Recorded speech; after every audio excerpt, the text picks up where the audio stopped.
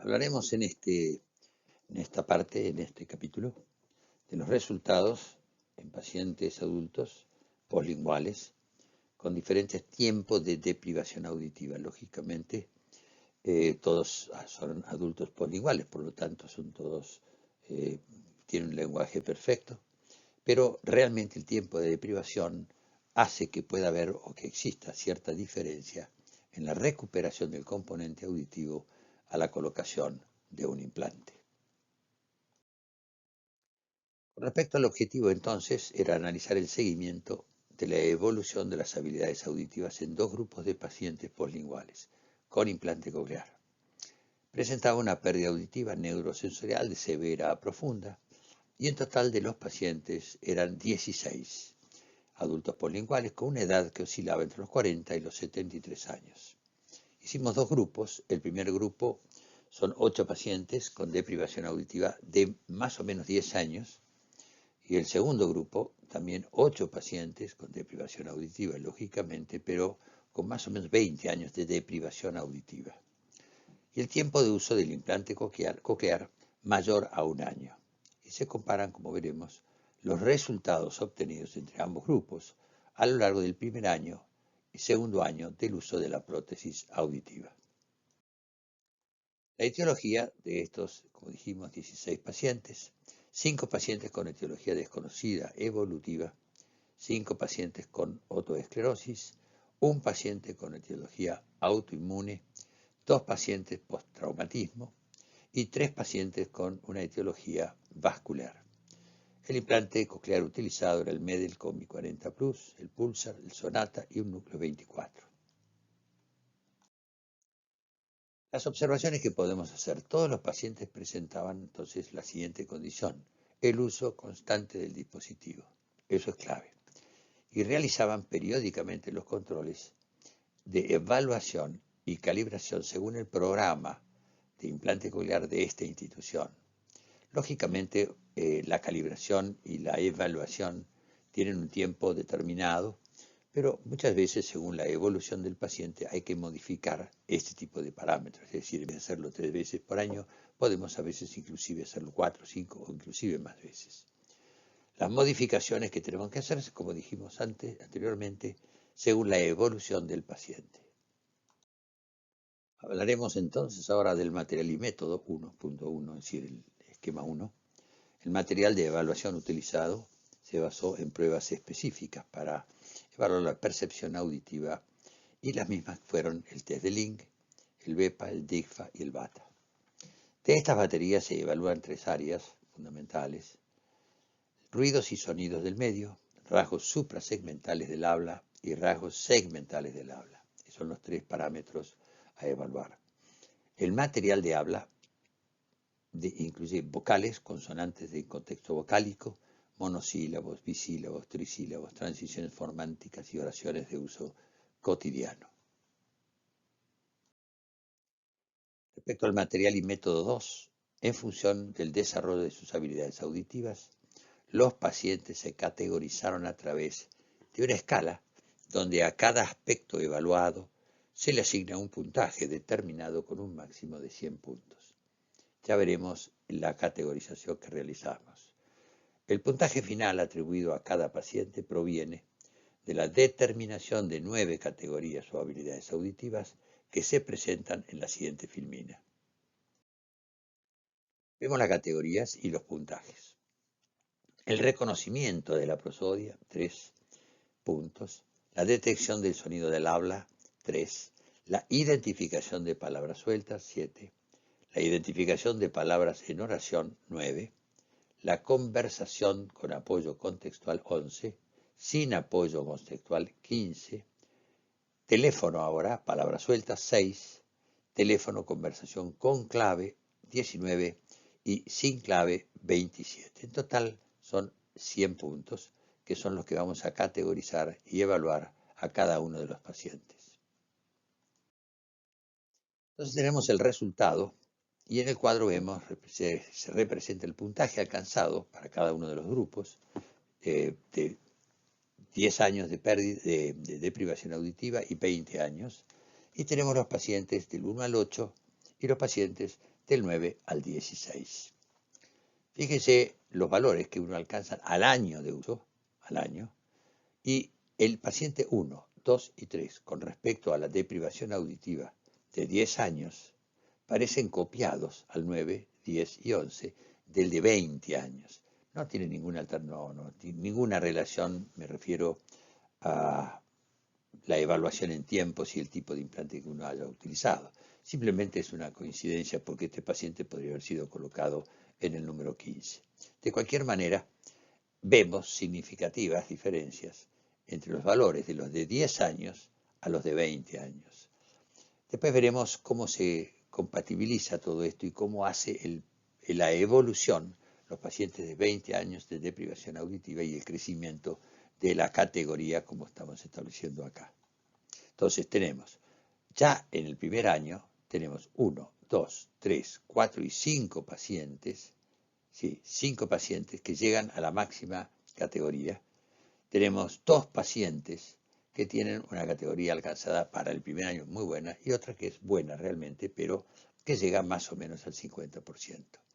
Respecto a los de 20 años, es decir, más tiempo, el doble de deprivación auditiva, tenemos no 5, sino 3, 1, 2 y 3 que llegan al máximo al año.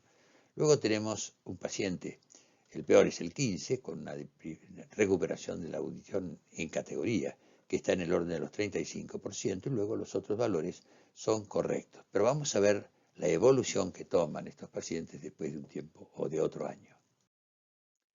Con respecto a la evolución de otro año, es decir, el segundo año de utilización del dispositivo, vemos que todos los pacientes que tienen 10 años de deprivación auditiva alcanzan el máximo de la categoría. Y con respecto a los de 20 años, de los 8 pacientes, 5 tienen la máxima recuperación. Luego, 2 pacientes tienen una recuperación que está en el orden del 70%, 75%, y uno de los pacientes, que está aproximadamente en el valor de más o menos 40%. Este paciente del 40% era uno de los pacientes con una otoesclerosis y una osificación total de la cóclea. Analizaremos ahora la etiología o la relación que pueda existir entre la etiología y la categoría a la cual alcanzaron los pacientes. Sin duda, como ya vimos, los de una deprivación auditiva de 10 años tienen evoluciones diferentes a los de 20 años. Realmente la determinación y la categorización de 10 y 20, y fundamentalmente relacionándolo con la etiología, no es en este caso una seguridad absoluta, ya que tenemos pocos pacientes. Las causas, por ejemplo, tenemos 5 de los 16 pacientes con una sordera evolutiva de etiología desconocida. Luego sí, claramente los de la autoesclerosis son muy evidentes porque tienen antecedentes quirúrgicos. Luego tenés la autoinmune, otra después el traumatismo que tiene sin ningún lugar a dudas un planteo muy determinante, es decir, causa-efecto. Volviendo al caso inicial, veremos entonces en la evolutiva desconocida que tenemos exactamente 5 pacientes. De los 5, los primeros 3, como vemos, 3 años, el verde es 10 años, y todos llegaron al 100%, 100%, tanto en el primer año como en el segundo año. Fíjense, 10 es los 10 años de deprivación y en amarillo los 20 años de deprivación auditiva. La autoesclerosis no tuvo esos tan buenos resultados y vemos que 10 años uno tuvo el 70% en el primer año y luego el 100%. Es decir, en el segundo año alcanza la categoría del 100%. Y después en los de 20 años tenemos 2 casos, uno de 70 inicialmente al primer año y 40, y luego del 70 sí llega a la categoría del 100%, pero el de 40 paciente número 15, como nos mostráramos anteriormente, no evoluciona, es decir, es el paciente que tenía una gran osificación. Es decir, la evolución de los pacientes en base a esta categorización Fundamentalmente tiene importancia la deprivación, pero mucho más lógicamente importancia tiene la etiología de la alteración, para ver realmente cómo es la situación y cómo es la estructura de la pérdida auditiva y cuánto tiempo tardan en recuperarla. Con respecto a los peores casos, se dieron en la parte vascular, es decir, los pacientes en el primer año de 10 años de evolución tuvieron 50% y en 20 años el primer paciente 65% y el segundo 60%. Los dos primeros llegaron al 100%, como vemos, pero el último de 60 llegó como máximo a un 70%. Volviendo al caso este de 13, el caso 13 de 60 al primer año y 70 el segundo año, sin ningún lugar a dudas, supongo tenía también mucha relación, no solamente la deprivación auditiva, sino la edad del paciente, que era uno de los pacientes mayores de edad, es decir, mayores dentro del grupo que nosotros hicimos la selección, no selección de pacientes, sino del grupo de pacientes que nosotros teníamos. Y por último, respecto al autoinmune, bueno, llegó sí el 100 y 100, y traumatismo, llegaron y tienen un inicio pobre de 50 y 50, de 75, perdón, y 50, y luego el de 75 llega al 100 y el de 50 no llega al 100, llega solamente al 70%. O sea que como situación general es una posibilidad de determinar qué tipo de evaluación o qué tipo de nivel o categoría alcanzará el paciente tanto en el primero como en el segundo año. Pero creo que no es lo suficiente el número de pacientes, vuelvo a repetirlo, como para poder determinar y decir, bueno, esta situación en 10 años alcanzan a tal valor, etc. Para mí, la etiología y lógicamente la deprivación, pero fundamentalmente la etiología, son categóricas. Bueno, analizaremos ahora los resultados. Vemos entonces en el gráfico, ya se observa pacientes con una utilización del implante coclear de 2 años. Vemos el grupo 1, y en el grupo 1 el 100% de los pacientes, los 8, alcanzan un valor de categorización de 100%. En el grupo 2 tenemos que el 62% llegan al 100, lo que son 5 pacientes. Luego 25%, 2 pacientes, llegan al 73. Y luego 12.5 pacientes, era un paciente, el número 15, llega al 39. Vuelvo a insistir, este paciente tenía una lesión coclear realmente muy importante por un factor o por un problema, una etiología de tipo autoesclerosis.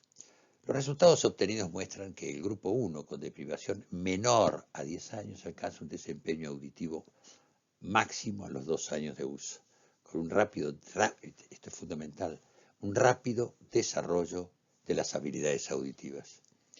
En el grupo 2 de pacientes con más de 20 años, las habilidades auditivas se desarrollan, pero más lentamente, y se observa una mayor variabilidad entre los pacientes.